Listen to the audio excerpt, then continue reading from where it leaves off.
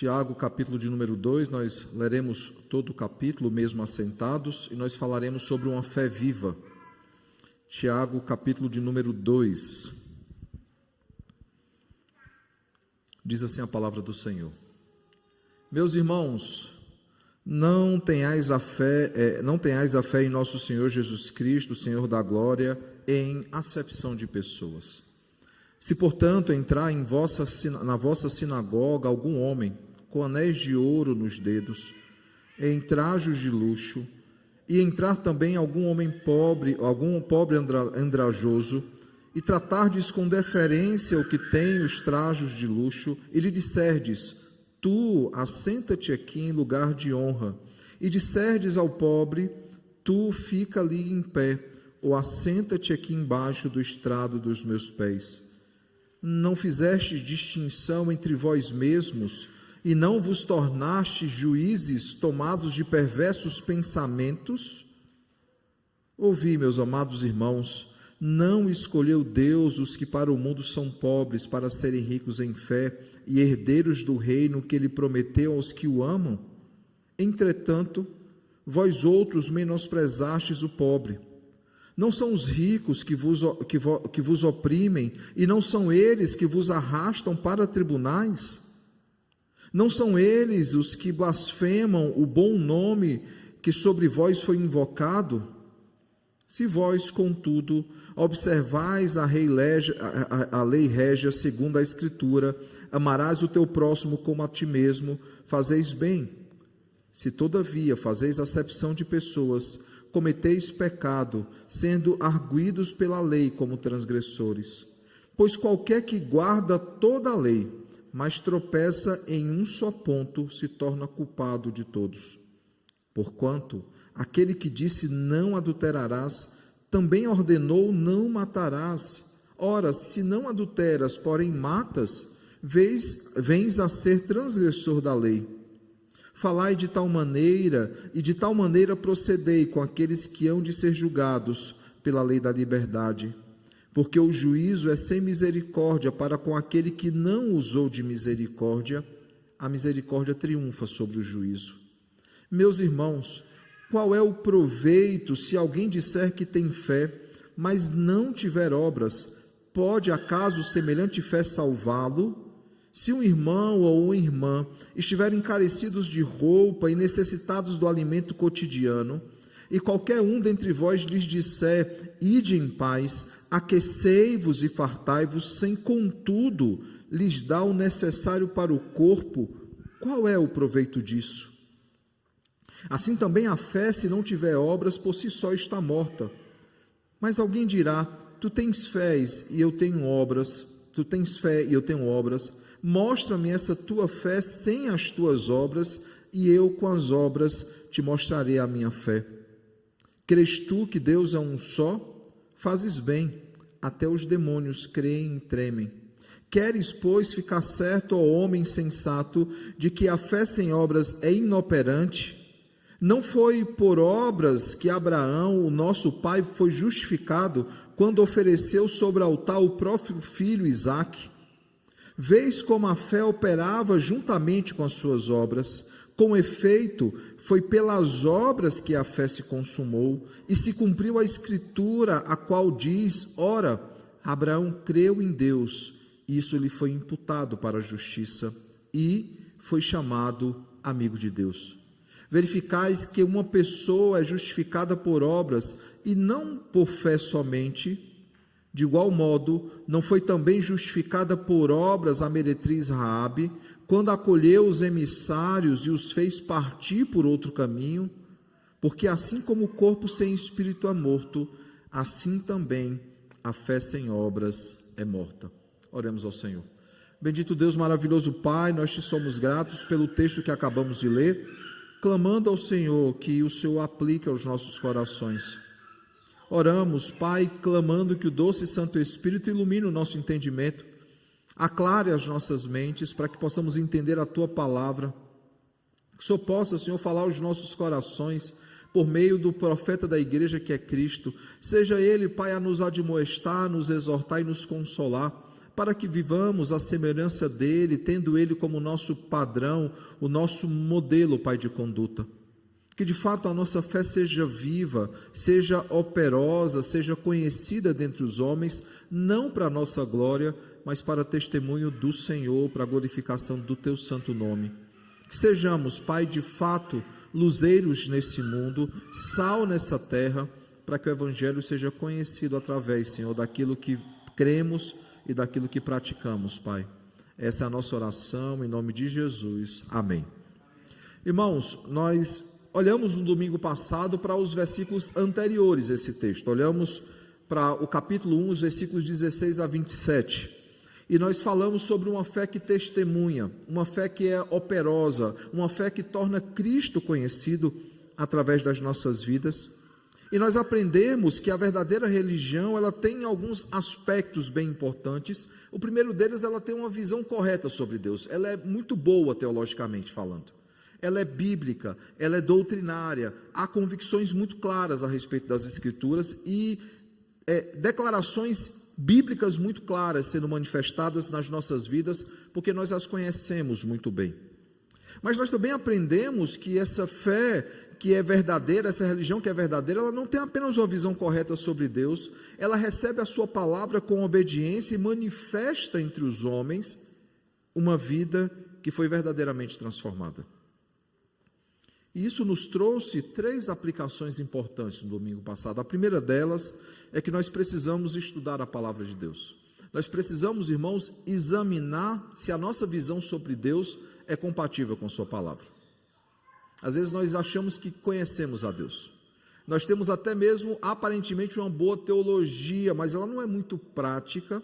Não é essa a conclusão que Jó chega, por exemplo, no livro de Jó? A gente vê na argumentação de Jó com seus amigos, né, podem ser chamados assim, que ele tinha uma boa teologia, mas a conclusão dele é: antes eu te conhecia só de ouvir, mas agora os meus olhos te veem. Nós precisamos constantemente, irmãos, ao estudar a palavra, confrontar aquilo que cremos a respeito de Deus, se de fato essa crença ela é bíblica, ela é correta. Segunda coisa, nós aprendemos que ao estudar a palavra, isso nos leva à obediência. Nós obedecemos a palavra, a nossa regra de fé e de prática, né? A regra daquilo que nós cremos e de como nós devemos viver. E que se trata, irmãos, de um espelho que nos mostra a nossa feiura e produz em nós arrependimento. É a palavra, irmãos, que traz à tona aquilo que está encoberto. É a palavra de Deus que mostra aquilo que a gente não quer admitir para todo mundo. É a palavra de Deus que nos mostra verdadeiramente como nós somos. Quando as cortinas se fecham, quando as máscaras caem, é a palavra de Deus que retira essas máscaras. Isso nos leva à terceira coisa: se nós estudamos, se nós obedecemos, nós vivemos a palavra. E o texto também nos chamou a viver a palavra, que nos faz, irmãos, viver para a glória de Deus e para manifestar uma religiosidade, uma religião, uma fé verdadeiramente frutífera. E a pergunta, então, que ficou para a nossa reflexão foi: a sua fé, a nossa fé, ela é visível? As pessoas reconhecem, a quem trabalha com você, quem estuda com você, alguns sabem minha posição. Eu lembro de um jovem que chegou para mim dizendo que havia sido demitido, ele achava que era perseguição religiosa. Eu falei assim: por que você acha isso? Não, porque a minha chefe reclamou que eu passo o tempo todo lendo a Bíblia no trabalho. Eu disse: meu amigo, lugar de trabalho não é um lugar para você ler a Bíblia, você tem seu horário do almoço para fazer isso. Não, mas no horário do almoço eu vou comer. Eu falei assim: você não está dando um bom testemunho. Você não precisa, irmãos, necessariamente abrir sua Bíblia. Se puder fazer no horário do almoço, é o ideal, por favor. Mas se nós vivemos biblicamente, se nós nos portamos biblicamente, se nós nos posicionamos biblicamente, mesmo que de forma discreta, no sentido de não falar muito, mas tendo uma postura bíblica, as pessoas vão reconhecer que nós somos diferentes. Por isso eu pergunto mais uma vez: a sua fé, ela é visível? As pessoas reconhecem que você é um crente no Senhor? Ou no momento que você anunciar que é crente, as pessoas ficarão espantadas, surpresas com essa notícia? Bem, irmãos, hoje nós aprenderemos mais sobre essa fé que é viva, olhando justamente para o texto que nós lemos essa noite, o texto de Tiago, capítulo de número 2. Lembrem, no sermão passado nós vimos que nós vivemos numa época de aparências. Os nossos dias são dias de aparência. É aquilo que nós vendemos como produto nas redes sociais. São os cortes, são os views, são os compartilhamentos, são os comentários. É isso que define os nossos dias. E muitas vezes as pessoas, elas são avaliadas pelas roupas que vestem, elas são avaliadas pelos cargos que ocupam, elas são avaliadas, irmãos, pelo dinheiro que possuem, pelo vocabulário religioso que conseguem pronunciar. É impressionante como há um dicionário religioso, irmãos. O típico evangeliquez. Não é só sotaque. Teve uma época que uma igreja era conhecida porque todos os pastores pregavam com a mesma voz. Não é apenas isso, são expressões que são uniformes, são manias que são uniformes. É assim que as pessoas são avaliadas nos nossos dias. E Tiago, nesse texto, no texto dessa noite, ele desmonta, irmãos, essa lógica humana ao nos apresentar dois testes sobre uma fé verdadeira. No primeiro teste, ele aponta aquilo que é um dos pecados da igreja, que é o favoritismo. É escolher pessoas em detrimento de outras. E ele condena esse favoritismo dentro da igreja, mostrando que fazer acepção de pessoas contradiz o caráter do Senhor da glória e viola a lei do amor. Isso ele faz do versículo 1 ao versículo 13.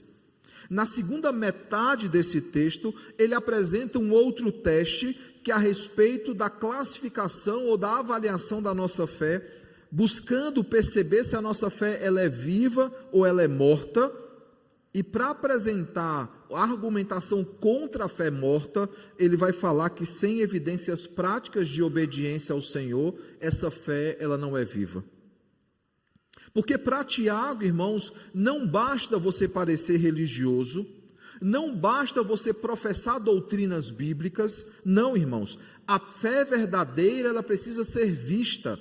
A fé verdadeira, ela precisa ser testemunhada e conhecida entre todos. Essa já é a argumentação dele no capítulo passado. Agora ele está então aprofundando. Lembrando, irmãos, aquilo que nós falamos no domingo passado, a respeito do contraponto entre tipos de fé, né? Aquela fé que é viva, a fé dos mortos, e aquela fé morta dos vivos, né? Essa é uma frase de Oroslav, né? Ele é alguém que é um historiador conhecido. Eu vou citar a frase completa, porque alguns me perguntaram, ficaram curiosos sobre a frase, né? Ele vai dizer o seguinte: a tradição é a fé dos vivos que morreram, enquanto o tradicionalismo é a fé morta daqueles que ainda vivem. Claro que o sentido de tradição dele envolve um conjunto de crenças, especialmente católicas, né? Que eles levam em conta a fé, a tradição, a Bíblia, eles colocam no mesmo pé de igualdade. Mas é um fato, irmãos, quando nós apenas somos tradicionalistas, nós não vivemos aquilo que nós pregamos. E mais uma vez, irmãos, como já dito, a fé ela precisa manifestar aquilo que nós cremos, e a manifestação daquilo que nós cremos passa necessariamente na forma como nós tratamos uns aos outros, e bem como também nas obras que são manifestas pela Igreja de Cristo, que precisam proceder da nossa união com Cristo, da nossa união com o Senhor. Um dos maiores, então, problemas do cristianismo, para Tiago e para outros escritores bíblicos e na história, um dos maiores problemas do cristianismo não é a perseguição que vem de fora, mas a hipocrisia que existe dentro da igreja. Essa é a crítica que Tiago está fazendo aqui. Irmãos, é necessário que reconheçamos que há momentos em que membros de uma igreja podem sim ter um vocabulário evangélico, ele pode participar dos cultos, ele pode afirmar doutrinas bíblicas, até mesmo corretas, e ainda assim viver de forma humana. No Nordeste chama esse crente de Raimundo. Vocês conhecem essa expressão? Raimundo é o crente na igreja e o pé na igreja e um pé no mundo. Esse é o crente Raimundo. O nordestino faz muita rima, né, com poesia, né, nossa poesia. O crente Raimundo, irmãos, é aquele que fica vivendo em dois mundos. No domingo ele é crente, no restante da semana ele desliga o botão e ele é uma pessoa qualquer. Tiago, ele ele bate de frente com isso fortemente. Não há como alguém dizer que tem fé, mas não manifestar obras dignas dessa fé.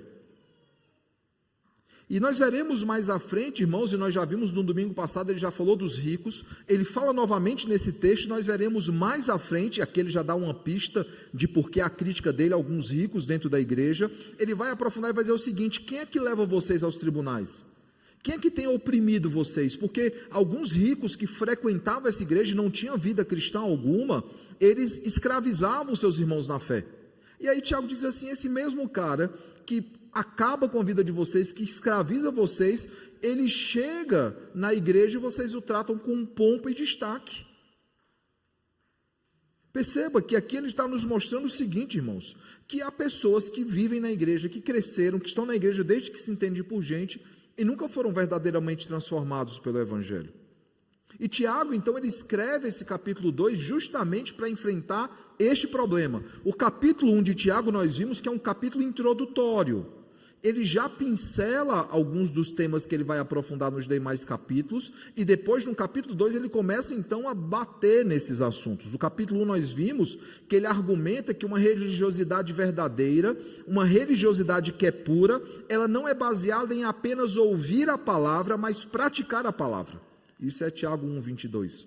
Agora, irmãos, no capítulo 2, ele aplica então essa verdade em duas áreas sensíveis na vida cristã: a forma como nós tratamos uns aos outros e o tipo de fé que nós professamos possuir. E aí, então, ele pega essa questão. É um problema que era duplo dentro da igreja, irmãos. E é um problema de fato. Quantas vezes nós não temos um relacionamento correto dentro da igreja? Quantas vezes há discórdias, há disputas dentro da igreja? Quantas vezes há comentários maldosos dentro da igreja? Há pessoas que não podem sentar na mesma mesa. E aí nós tivemos hoje pela manhã a mesa do Senhor e querem compartilhar do pão e do cálice juntos. Eles não conseguem conviver, eles brigam. Graças a Deus a nossa igreja, talvez por ser uma igreja menor, não tem problemas assim. Mas igrejas bem maiores, e aqueles que já participaram de igrejas bem maiores, sabem do que eu estou falando. De irmãos que não podem estar no mesmo recinto, convivendo juntos. E Tiago fala assim, não é só esse o problema. Há um outro problema, que é justamente o que origina o primeiro problema. A fé é uma fé morta, é uma fé que não é prática, não é uma fé viva. Veja que ele apresenta então essas duas questões, irmãos, de forma muito clara. Por um lado, havia sim um favoritismo dentro da igreja primitiva, onde os ricos eles eram honrados e os pobres eram desprezados. Isso acontece ainda em algumas igrejas hoje em dia. Há igrejas com área VIP. Há igrejas onde há um lugar de destaque para quem tem mais condição. Há igrejas que inclusive chamam autoridades civis ao púlpito e dão palavra a eles. Você não vai ver isso dentro da igreja presbiteriana. Se uma autoridade lá fora vier visitar a nossa igreja, e é um irmão nosso em Cristo, ele vai cultuar como irmão em Cristo, como irmã em Cristo, e não como alguma pessoa que tem uma relevância lá fora. Porque na igreja, irmãos, Tiago deixa isso bem claro, não há posições privilegiadas e posições desprivilegiadas, não, irmãos, todos devem ser honrados como irmãos em Cristo, porque é assim que o Senhor nos trata. Imagina se Deus ele resolve criar um ranking de crentes, e a partir disso ele nos tratasse segundo esse ranking. Seria bem difícil, irmãos, bem difícil, para alguns mais difícil do que para outros.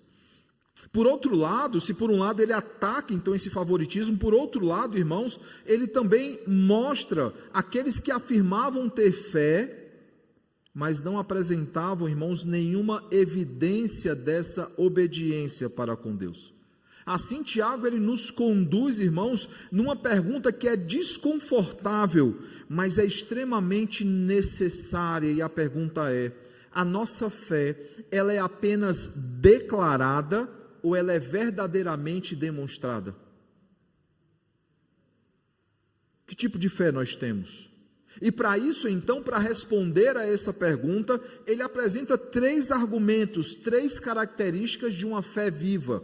E os argumentos ou as características que ele apresenta são as seguintes: ele mostra que uma fé viva, ela rejeita todo tipo de favoritismo, de acepção de pessoas. Uma fé viva, ela manifesta misericórdia. e uma fé viva, ela produz uma obediência que é visível. Talvez estejamos curiosos para saber como é que isso acontece então, como é que Tiago ele vai argumentar a respeito ou a partir dessas três verdades. E a primeira coisa que ele argumenta é exatamente isso: uma fé viva não tem favoritos. E veja como é que ele inicia então a sua argumentação no capítulo 2, quando ele abre dizendo o seguinte: meus irmãos, não tenhais a fé em nosso Senhor Jesus Cristo, Senhor da glória, em acepção de pessoas. E perceba, irmãos, que ironia profunda. O Senhor da glória, ele foi desprezado, ele foi rejeitado nesse mundo, mas agora ele reina exaltado, sobremaneira. O que torna, irmãos, ao mesmo tempo incompatível professar fé em nosso Senhor e ao mesmo tempo julgar pessoas pela aparência. Porque Jesus mesmo, pela aparência ou por aquilo que ele vivia, ele foi rejeitado pelos homens.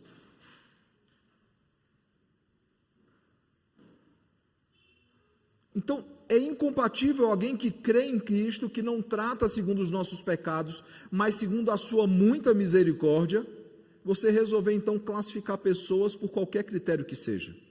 Seja ele por pensamento, seja ele por recursos ou qualquer um deles.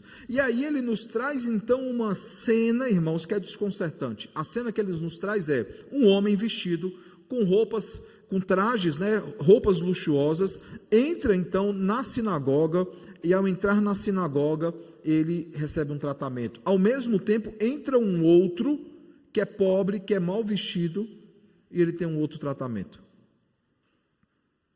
O rico, pelo que o texto nos apresenta, do versículo 3 ao versículo 5, ele recebe honra, ele recebe uma posição privilegiada, ele vai para a área VIP do culto. Enquanto o pobre, ele é tratado com total desprezo. E isso não se baseava apenas, irmãos, por uma mera falta de educação ou por preferência social, não. O texto diz que é pecado que eles fazem, que a motivação do coração deles é pecaminosa. Eles buscavam favores com esses ricos que estavam indo às sinagogas para ver se eles seriam menos pesados com eles. E a gente vai conseguir aprofundar isso mais à frente. E volto a dizer, irmãos, a questão não era a riqueza aqui no texto. Era como algumas riquezas eram adquiridas e como alguns ricos se portavam diante de irmãos em Cristo. E não apenas diante de irmãos em Cristo, de qualquer outros. Eles não tinham uma postura de crentes. Eles faziam com que as pessoas trabalhassem até morrer. Eles pagavam o mínimo possível para aquelas pessoas. Eles não davam um salário justo, eles não davam a carga justa, eles eram pesados porque eles só queriam lucrar em cima dos outros. E eu não quero aprofundar muito a questão, porque nós olharemos para isso mais à frente, para essa situação, e vocês verão que Tiago, a forma como ele detalha, a forma como os ricos tratavam os demais, vocês verão como era complicado, como era difícil. Então, Tiago ele não tinha uma questão com ricos, ele tinha uma questão com alguns ricos que estavam dentro da igreja, dizendo que criam no Senhor, mas eles estavam maltratando os seus irmãos na fé.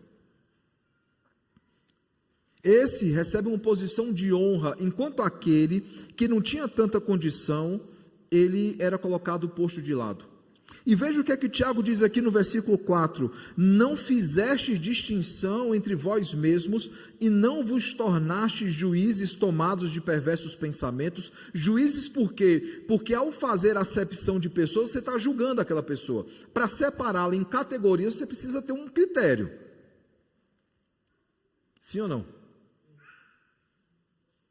Se você, por exemplo, tivemos o almoço hoje, o critério é bem simples: quem tem mais de 60 come primeiro. É um critério objetivo?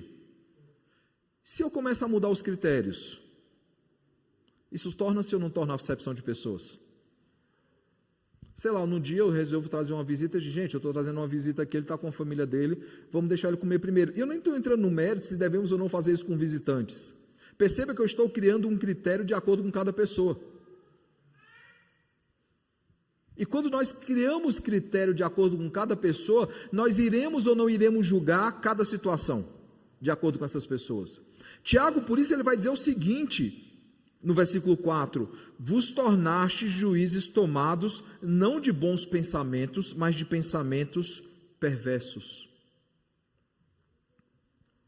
Mesmo sem perceber, irmãos, eles estavam sentenciando pessoas, no sentido de fazer escolhas, sentenciando pessoas baseados em critérios que eram carnais, em critérios que eram perversos, não segundo a palavra de Deus. Voltando ao exemplo do almoço, o critério bíblico é o seguinte: os idosos primeiros, as gestantes, as lactantes, ele vai criando critérios, depois os outros comem. E Tiago, então, ao aprofundar o argumento, ele nos lembra que Deus frequentemente escolhe aqueles que o mundo despreza. Os cristãos, eles não estavam em alta naqueles dias, eles eram os escanteados, eles eram aqueles que estavam à margem, marginalizados. E Deus, então, escolhe frequentemente aqueles que o mundo despreza, não porque a pobreza, irmãos, pode salvar alguém, não é o argumento de Tiago. Talvez algum mal intencionado ou mal avisado vai pegar esse texto, vai querer criar ideologia em cima dele.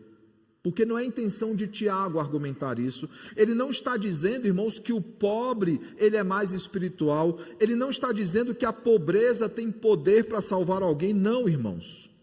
O que ele está dizendo é que a eleição divina, a escolha de Deus por um povo, não se fundamenta em mérito humano, em conquistas humanas, em posição social, em importância na terra. Isso é o que o versículo 5 diz.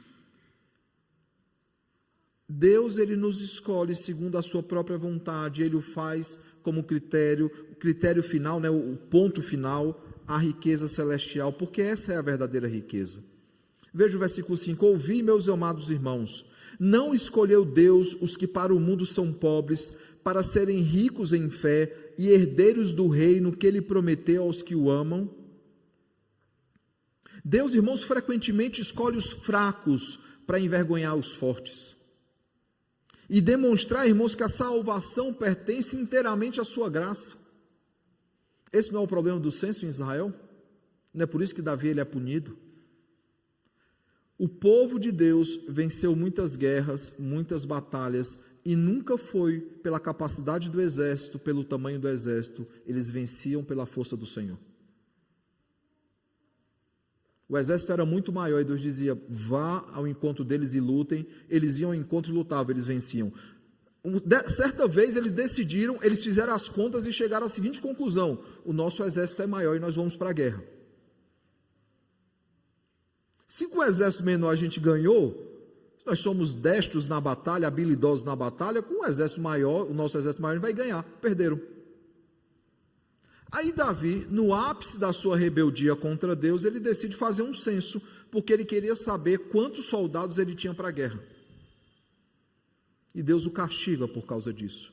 Porque eles achavam que era pela habilidade deles, eles achavam que era pela capacidade militar, pelos recursos militares, pela quantidade de homens, e não era, irmãos, era pela força do Senhor. Por isso, quando nós achamos que algumas pessoas são melhores do que outras na igreja, ou até mesmo fora da igreja, quantas vezes nós não deixamos de evangelizar aquele nosso vizinho, porque ele não merece estar na igreja? E um outro lá que nós conhecemos, nós insistimos constantemente, porque ele é quase um crente. Aí eu faço só uma pergunta, irmãos, quantos aqui teriam evangelizado Paulo? Poucos, né? Talvez ninguém. Ananias é enviado lá e fala assim, Senhor, ele é o perseguidor da igreja, Senhor. A gente tenta criar essas classificações, essas categorias de quem merece estar no céu e de quem não merece estar no céu, irmãos, e o texto deixa bem claro que Deus não levou isso em conta na sua eleição, ele escolheu conforme a sua vontade, porque a salvação se dá por vontade do Senhor. Por isso, quando ele diz então no versículo 8 o seguinte, se contudo observais a lei régia segundo a Escritura, amarás o teu próximo como a ti mesmo, fazeis bem. A lei rege é aquela lei regente, é aquela lei do rei, é a lei que governa sobre todos. E ele diz que o favoritismo, ele vai de encontro a essa lei. Amarás ao teu próximo como a ti mesmo. Perceba que não há critérios aqui secundários. Não há outros motivos para nós amarmos o próximo senão ao mandato do Senhor. Devemos amar ao próximo como a nós mesmos. E essa lei régia, essa lei do rei, essa lei do regente, ela exige um amor imparcial, porque assim como Deus nos trata, Ele nos ama incondicionalmente, Ele não impõe condições para nos amar. Logo, irmãos, não se pode alegar fidelidade à lei enquanto se pratica discriminação, não é possível. E Tiago, ele é contundente, ele diz o seguinte: quem tropeça num aspecto pequeno da lei, tropeça na lei inteira. Não é isso que nós aprendemos nos 10 mandamentos? Os 10 mandamentos é um resumo da lei moral e Deus colocou como padrão de santidade para o seu povo. E Ele nos chama a obedecer piamente essa lei. Esse é o primeiro propósito, mostrar como Deus quer que sejamos, sendo um Deus santo, como é que nós vivamos em santidade. O segundo ensino sobre a lei é o seguinte, é mostrar a nossa total incapacidade, mesmo sendo chamados pelo nosso Deus para cumprir essa lei, nós não conseguimos cumprir, fazendo-se necessário que outro a cumpra em nosso lugar, e essa pessoa é Jesus Cristo. É óbvio, irmãos, que ninguém vai conseguir cumprir a lei por completo, mas o que Tiago ele faz aqui conosco, o que ele nos traz à reflexão, a partir do versículo de número 9, é que é o seguinte: não adianta você dizer que é espiritual e tropeçar em alguns aspectos da lei, tentando dizer o seguinte: eu cumpro a lei. Jesus ele já fez esse exercício com os discípulos. Ele falou assim: quem aqui já matou alguém? Eu estou aqui transliterando, certo? Estou aqui, parafraseando. Quem aqui já matou alguém? Ninguém levantou a mão. Ele falou assim: mas se no seu coração você desejou que alguém morresse, você já matou alguém. Quem aqui cometeu adultério já? E ninguém levantou a mão. Aí ele fala assim: mas se no seu coração você desejou alguém, você já adulterou no seu coração. Tiago, é interessante perceber que mesmo não estando, ou talvez em algum momento tenha ouvido alguma mensagem de Jesus, mas não estando no meio dos discípulos de Cristo, ele vai citar os 2 mesmos mandamentos, que ele diz o seguinte, versículo 11, portanto, aquele que disse, não adulterarás, também ordenou, não matarás, ora, se não adulteras, porém matas, venha a ser transgressor da lei. O argumento dele é o seguinte, irmãos, se nós falhamos em qualquer ponto da lei, em qualquer um dos mandamentos, nós somos transgressores da lei, porque toda a lei, ela reflete o caráter de Deus. E Deus, ele não faz acepção de pessoas. Eu nem vou entrar na discussão, né? Alguns dizem que ao Deus eleger um povo, ele fez acepção. Não é essa a discussão de Tiago, e não é isso, inclusive, que nós cremos, e não há base bíblica para essa argumentação. O que o texto está dizendo é que Deus, ele não é parcial, e nós também não podemos ser parciais, porque isso é um grande pecado. Quando somos parciais, nós julgamos com critérios que são, como o texto diz, perversos. A parcialidade, irmãos, revela desprezo pela imago Dei que está inclusive no nosso próximo e oposição direta ao evangelho da misericórdia, a misericórdia de Deus que não nos trata segundo os nossos pecados, mas segundo o seu grande amor e a sua bondade. Tiago, inclusive, argumenta, irmãos, que quem foi julgado misericordiosamente por Deus deve tratar os outros também com misericórdia. Ele conclui o versículo 13 dizendo o seguinte: a misericórdia triunfa sobre o juízo. Logo, irmãos, é incompatível crer em Cristo, o Senhor da glória, e tratar pessoas com parcialidade ou ter favoritos dentro da igreja. É impossível. É isso incompatível, é esse o argumento de Tiago nesses 13 primeiros versículos. Qualquer favoritismo, então, é baseado em aparência. Qualquer favoritismo ele é baseado em riqueza, em posição social, o que contradiz completamente, não apenas a palavra de Deus, mas para aquilo que a palavra de Deus aponta, que é o caráter do próprio Deus. Quem recebeu misericórdia, irmãos, deve agir com misericórdia. Quem foi tratado independentemente dos seus pecados, deve tratar os outros independentemente dos pecados. Pois a parcialidade, irmãos, o Tiago argumenta isso, a parcialidade é um pecado diante do nosso Deus. Por isso, a primeira coisa que nós precisamos lembrar é que a fé viva, ela não tem favoritos. A segunda coisa, irmãos, que o texto nos chama a refletir, é que a fé viva, ela não é da boca para fora. Ela não é apenas, como eu disse, não é apenas declarada, ela é vivida. E depois então de denunciar o favoritismo dentro da igreja, o apóstolo Tiago então volta a sua atenção para um outro erro que havia dentro da igreja, que era a falsa ideia, irmãos, de que uma profissão de fé vazia pode salvar. Veja a pergunta que ele faz aqui no versículo 14, a pergunta desconcertante: meus irmãos, qual é o proveito se alguém disser que tem fé, mas não tiver obras? Pode acaso semelhante fé salvá-lo? A questão, irmãos, não é se a fé salva. Essa não é a discussão, e a gente vai aprofundar mais aqui, que ele não está entrando na justificação pela fé somente, ele está tratando sobre os desdobramentos daqueles que foram justificados. A questão aqui, irmãos, não é se a fé salva, mas se uma fé não praticante, desprovida de frutos, possui uma natureza salvadora. Alguém diz que foi salvo pelo Senhor, que foi transformado pelo Evangelho, mas não pratica esse Evangelho, não vive esse Evangelho. Esse é um problema muito sério. E Tiago, então, ele traz uma nova ilustração para todos nós. Ele traz um irmão, uma irmã, que está necessitado, que está carecido de roupa e de alimento. E ele diz que então essa pessoa que está carecida de roupa e de alimento, ele pede o que comer e o que vestir.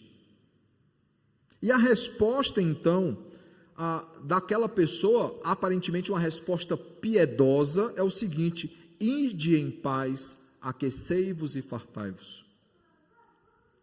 Aí Tiago diz o seguinte: tá bom, que frase boa, né? Vai em paz, meu irmão, que Deus te abençoe, que Deus te aqueça, que Deus te dê comida. Aí a pergunta de Tiago é: por acaso esse irmão, essa irmã, ele vai deixar de sentir fome, ele vai deixar de sentir frio, só porque você diz para ele ir em paz e que Deus o abençoe?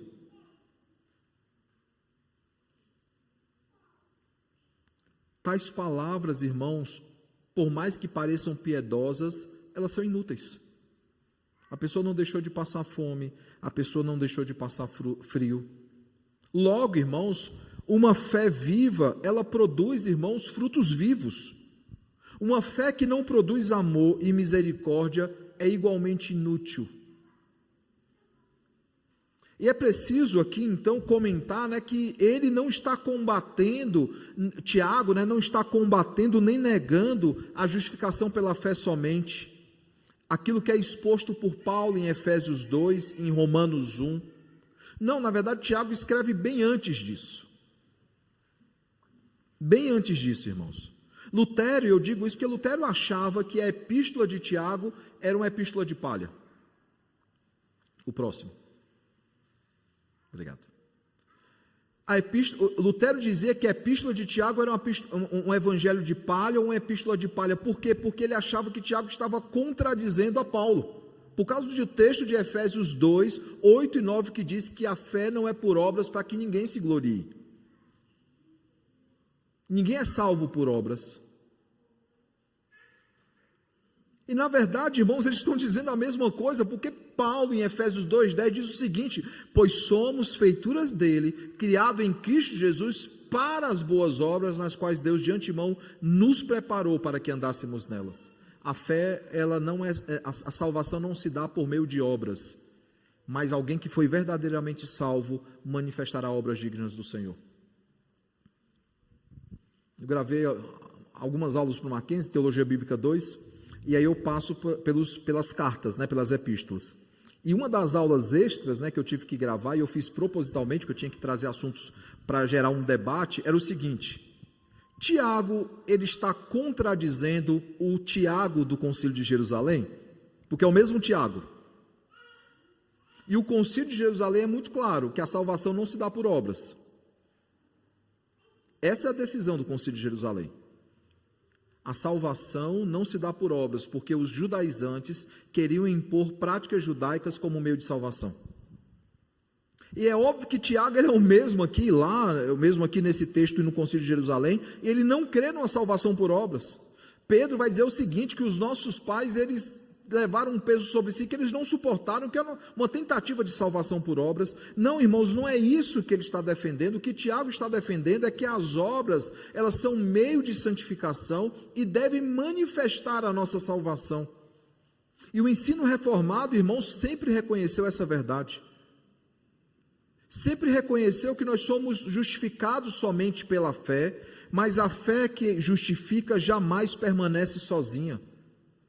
A fé salvífica que nos transforma, ela traz desdobramentos, ela é manifesta por frutos, como o próprio Cristo diz que nós somos conhecidos pelos frutos. Nós fomos, irmãos, sim, reconciliados exclusivamente por causa da obra de Cristo e dos méritos de Cristo. Nós fomos recebidos mediante a fé, jamais por obras. Entretanto, irmãos, essa fé salvífica, essa fé salvadora, ela precisa ser viva e obrigatoriamente ela precisa produzir frutos.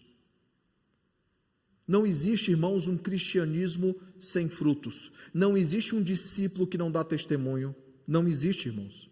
E ele diz então no versículo 17 o seguinte: a fé, se não tiver obras, por si só ela está morta. Ela não nos vivificou. É importante, irmãos, dizer que não significa que uma fé enfraquecida, mas uma fé que nunca teve, de fato, vida espiritual. Ele não está falando de um crente que está enfraquecido na fé, que por um breve momento ele tem dúvidas, por um breve momento ele não dá testemunho. Não é sobre isso, ele está falando de uma fé que nunca existiu. É isso que a palavra viva diz. Não é a fé esmorecida, não é a fé de alguém que desanimou no caminho, mas é alguém que nunca foi de fato vivificado, é alguém que continua morto em seus delitos e pecados. E Tiago, então, ele confronta a falsa segurança religiosa, irmãos, e ele traz um argumento muito simples: vocês dizem que creem, mas até os demônios creem e tremem. Vocês acham que conhecem a Deus, as Escrituras? Os demônios também conhecem. Satanás cita textos bíblicos na tentativa de tentar ao nosso Senhor. Até os demônios possuem um conhecimento certo sobre Deus. Até ateus, irmãos, podem ler a Bíblia e memorizar versículos. E eu já debati com ateus que conhecem a Bíblia, por mais que não conheçam ao autor daquele livro, o autor da Bíblia, ao nosso Deus. Os demônios, eles creem que Deus é um só, e eles tremem diante dessa verdade. Veja o versículo 19: crês tu que Deus é um só? Fazes bem, até os demônios creem e tremem. Vocês lembram a postura lá da legião, quando, estando naquele garoto, ele encontra-se então com o Senhor, ele diz que não é chegada a hora, eles tremiam diante de Cristo. E o último desejo dele, antes de serem destruídos, é: joga a gente nos porcos. Eles tremem diante do Senhor, irmãos. Esse texto nos lembra que o conhecimento por si só, ele não salva. O tanto que você conhece de teologia não vai te salvar, facilitará a sua vida cristã, consideravelmente. Mas não é o conhecimento pelo conhecimento que salva, irmãos. Não é professar que você crê em Deus. Porque a fé salvadora, ela envolve pelo menos 3 certezas: uma confiança pessoal no Senhor, uma submissão total ao nosso Deus e uma entrega completa a Cristo, que não é apenas Salvador das nossas almas, mas Ele é Senhor das nossas vidas. Dessa forma, então, irmãos, Tiago, ele desmonta qualquer argumento favorável a uma religião da boca para fora, a uma religião apenas de aparência. Ele desmonta, irmãos, porque ele nos mostra claramente que o cristianismo, ele não está baseado, irmãos, em fórmulas corretas, desacompanhadas de transformação. Não é à toa que muitas igrejas na Europa morreram, porque os ritos estavam corretos, as palavras que eram ditas em públicas eram corretas, mas eles estavam afastados do Senhor. Não é isso que acontece em Isaías capítulo 1, aquilo que é chamado de o culto hipócrita? Isaías, tomado pelo Senhor, ele vai dizer o seguinte: quem foi que requereu que vocês pisassem nos meus átrios? Ele diz: eu estou cansado dos seus cultos, eu estou cansado das suas festividades. E aí Deus explica dizendo, porque eu não consigo conceber ajuntamento solene com práticas de pecados. Vocês comparecem diante de mim e com a boca vocês me cultuam e me louvam, mas o coração de vocês está longe de mim e cheio de pecados. Porque a fé que é viva, irmãos, ela é acompanhada de transformação e ela continua manifestando transformação no transcorrer da nossa vida. Lembra daquele exemplo que eu citei? Um pastor puritano, perguntaram para ele, né? Na época dos puritanos, havia apelo, né? Que é o ato de chamar pessoas à frente, né? E aí ele falou assim, não havia apelo. E como é que eles sabiam que as pessoas estavam se convertendo? Ele falou assim, é muito simples. As pessoas continuavam indo para a igreja e suas vidas eram continuamente transformadas. É assim que nós descobrimos se alguém foi transformado ou não. Se alguém foi alcançado pelo Evangelho ou não. Transformação, irmãos. A nossa fé, ela não pode ser meramente verbal. A nossa fé não pode ser intelectual, irmãos. Por mais que seja importante nós sabermos aquilo que nós cremos, nós professarmos aquilo que nós cremos, mas não pode ser só isso, irmãos, pois palavras sem amor e profissão de fé sem transformação, irmãos, revelam uma fé, uma religião que é vazia. A fé salvadora, irmãos, não é uma simples concordância com verdades bíblicas. Mais uma vez, até os demônios creem intelectualmente. Não, irmãos, a fé salvadora é uma confiança viva que se manifesta em amor e obediência ao nosso Deus, vivendo uma vida que glorifica ao Senhor. Por isso, irmãos, nós não podemos ser uma igreja da boca para fora, nós não podemos ser crentes da boca para fora, ou nós somos ou nós não somos.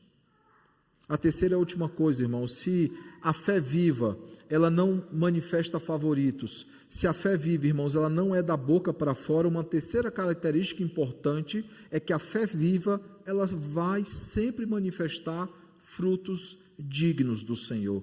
E esse é o argumento final de Tiago, dos versículos 20 a 26. E para provar o seu argumento, ele já trouxe as suas teses, ele traz dois exemplos na Escritura, Abraão e Raabe. Veja, irmãos, que nós vemos que Abraão ele foi declarado justo diante de Deus, Gênesis 15 já nos traz essa verdade. E o argumento é pela fé, que inclusive a palavra usada lá em Hebreus, mas sua fé só foi demonstrada publicamente, visivelmente, no momento que ele é chamado a oferecer Isaque como sacrifício. Aqueles que têm vindo nos cultos da noite vão lembrar, quando eu cheguei em Gênesis 22, Gênesis foi minha primeira exposição aqui à noite, né? Nós caminhamos durante 56 sermões, se eu não estou enganado. Eu estou na dúvida agora, não, por causa de Mateus, que foi mais. Mateus foi uma série maior.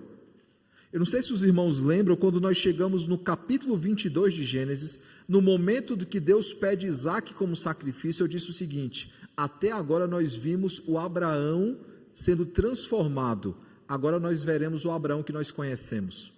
Porque no final, o Abraão que se torna conhecido, o pai da fé, o amigo de Deus, é por causa daquilo que acontece no momento que Isaque é pedido por sacrifício. Finalmente ele é diplomado na escola da fé.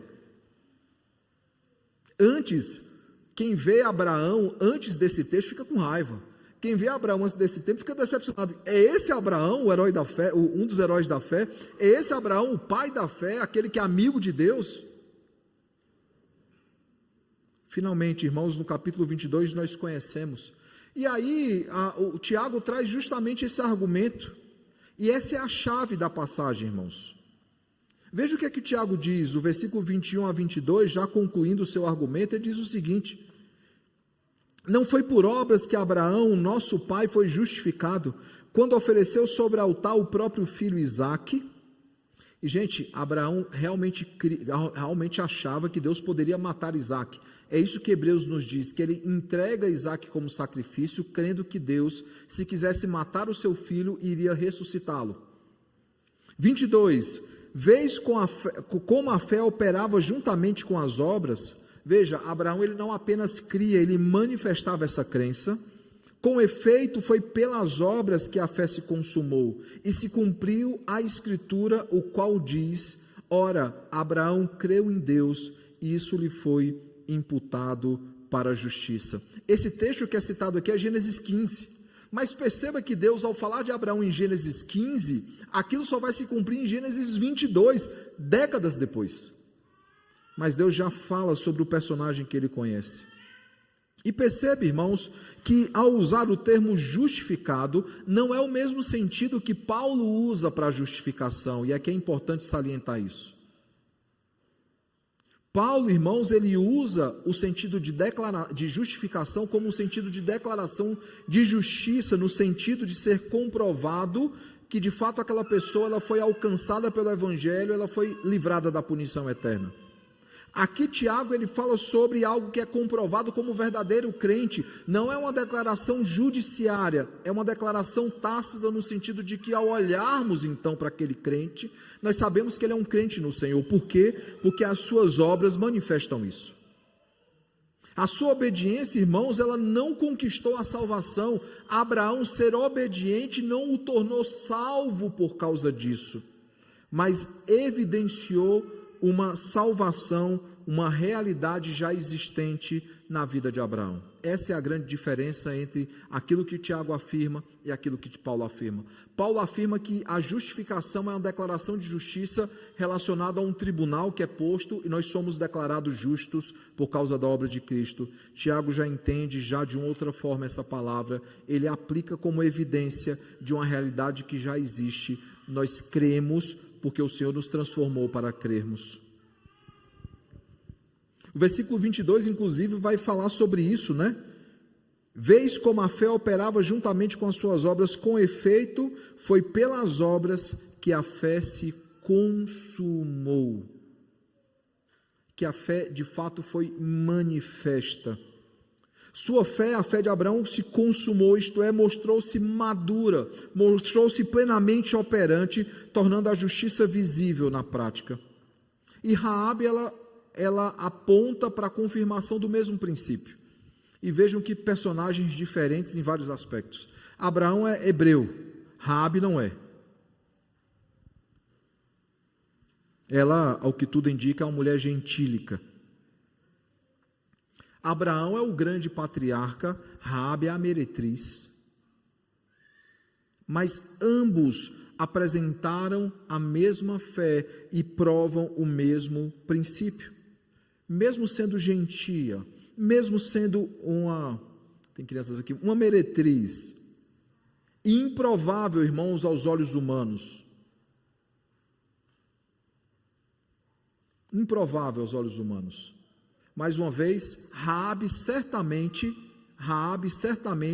ela seria colocada em posto. Vamos fazer uma cena aqui, porque Tiago está voltando, talvez vocês não tenham percebido, mas Tiago está voltando ao mesmo exemplo do início do capítulo. O início do capítulo diz o seguinte: entrou um rico e entrou um pobre. Tiago diz o seguinte: os dois devem ser tratados iguais, mas alguns de vocês têm tratado melhor quem? O rico ou o pobre? O rico. A mesma cena, entra Abraão e Raabe numa sinagoga, quem seria melhor tratado? Ele volta ao mesmo exemplo, ele está fechando o argumento aqui. E ele diz o seguinte: vocês têm que tratar os dois iguais, porque ambos tiveram a mesma fé. Ambos creram igualmente no Senhor, em contextos diferentes, com consequências diferentes, mas ambos creram no Senhor. E Raabe, mesmo sendo gentílica, mesmo sendo uma meretriz, irmãos, ela demonstrou a autenticidade da sua fé ao acolher os espias. Ela não temeu consequências, ela não temeu o que poderia acontecer com ela, ela apenas confiou no Senhor, assim como Abraão confiou no Senhor. E Tiago, ele escolhe, irmãos, propositalmente dois personagens opostos para mostrar que a fé verdadeira, ela produz o mesmo fruto em qualquer pessoa que foi alcançada. Independentemente se cresceu na igreja ou fora da igreja, quando a fé ela alcança o coração do perdido, a transformação é a mesma. É a mesma transformação, irmãos. Por isso ele conclui com uma imagem que é memorável. Ele conclui o versículo 26 dizendo o seguinte: porque assim como o corpo sem espírito é morto, assim também a fé sem obras, ela é morta. Irmãos, obras não são a causa da nossa vida espiritual. As obras são uma evidência inevitável de alguém que é espiritual, alguém que foi de fato salvo por Cristo. Pois um corpo sem respiração, irmãos, é um cadáver. Como é que a gente faz para saber se um corpo está vivo ou não? A gente tenta sentir o pulso, pega aqui, tenta ouvir a respiração, vê se há algum fôlego de vida. E Tiago diz o seguinte: um corpo sem respiração é um cadáver. Da mesma forma, irmãos, uma profissão de fé sem obediência é morta, é nula, não vale de nada. E mais uma vez eu enfatizo, irmãos, as obras não produzem a salvação, elas evidenciam a fé verdadeira e elas andam de mãos dadas. É exatamente esse o argumento que ele apresenta no versículo de número 22, quando ele diz: vês como a fé operava juntamente com as suas obras, com efeito, foi pelas obras que a fé se consumou. Eu pergunto então, irmãos, que aplicações nós podemos tirar do texto dessa noite? A primeira delas, irmãos, todos nós precisamos ter três coisas. A primeira delas, nós precisamos ter um amor bíblico. Nós precisamos ter um amor bíblico, sem fazer acepção de pessoas, sem ter favoritos, sem ter prediletos. Todos nós somos irmãos, todos nós fazemos parte do mesmo corpo, e nós não podemos fazer acepção de pessoas, não pode existir entre nós partidarismos ou divisões, como Paulo dirá aos Filipenses. Todos nós fazemos parte do mesmo corpo, fomos comprados pelo mesmo sangue. Por isso, irmãos, nós precisamos ter um amor bíblico, sem fazer acepção de pessoas, sem ter favoritos ou prediletos. Segunda coisa, irmãos, todos nós precisamos ter uma vida prática, e essa vida prática, irmãos, ela demonstra que o nosso amor por Deus e pelo próximo vai além de palavras. Eu amo a Deus, eu amo a meu irmão. Prove então, para que não sejam palavras vazias, ou como nós brincamos lá, né? Aquilo que o cara fala não se escreve, né? Um cara que não é crente de verdade, irmãos, aquilo que ele fala não leva em conta, porque é só da boca para fora. Nós amamos a Deus, precisamos provar isso. Nós amamos ao nosso próximo, nós precisamos provar isso. Porque a verdadeira fé, ela não é apenas viva, ela é prática. Nós precisamos ser praticantes da palavra. Terceira coisa, irmãos, nós precisamos ter um amor bíblico, uma fé prática, uma vida prática. Nós precisamos ter uma fé que é viva, irmãos. E essa fé viva, ela é testificada de forma externa. E ela testifica de forma externa uma obra que é interna, que foi operada em todos nós. Por isso que nós sempre repetimos, né, a respeito, por exemplo, do batismo, que é uma manifestação externa de algo que é interno. Qual é a crítica de Jesus aos fariseus? Eles aparentavam uma religião que era externa, mas não era interna. Qual é a conclusão do Sermão do Monte? As pessoas ficaram maravilhadas com as palavras de Cristo, porque ele pregava com autoridade. Autoridade de alguém que pregava aquilo que vivia. E aí eu concluo perguntando então, irmãos, a sua fé, ela é viva? Ela é uma fé operosa? Ela é uma fé prática? Ou são apenas palavras, irmãos? A minha oração e o meu desejo sincero é que o bom e eterno Deus, ele nos ajude a termos um amor bíblico e a não fazermos acepção de pessoas, que ele nos ajude, irmãos, a ter uma vida prática e a manifestar misericórdia no meio daqueles que estão ao nosso redor, que ele nos ajude a ter uma fé viva, e que essa fé viva seja manifestada por meio de uma obediência visível. Porque, mais uma vez, irmãos, o Senhor não nos alcançou simplesmente para nos salvar, isso de fato Ele o fez, mas se fosse apenas para nos salvar, Ele já nos chamaria à sua augusta presença logo após a nossa salvação. Por um motivo, por um propósito, Ele nos mantém nesse mundo, e Ele nos mantém aqui, para que sejamos luzeiros nesse mundo, sal nessa terra, para que as pessoas, através das nossas vidas, daquilo que nós praticamos, eles conheçam ao Senhor Jesus Cristo, o Rei das nossas vidas, o Salvador das nossas almas. Que o Senhor nos ajude, irmãos, a termos uma fé verdadeiramente bíblica, verdadeiramente viva, para que possamos, onde formos colocados, onde o Senhor nos colocar, para que possamos causar diferença, para que possamos ser um diferencial e um referencial naquele lugar.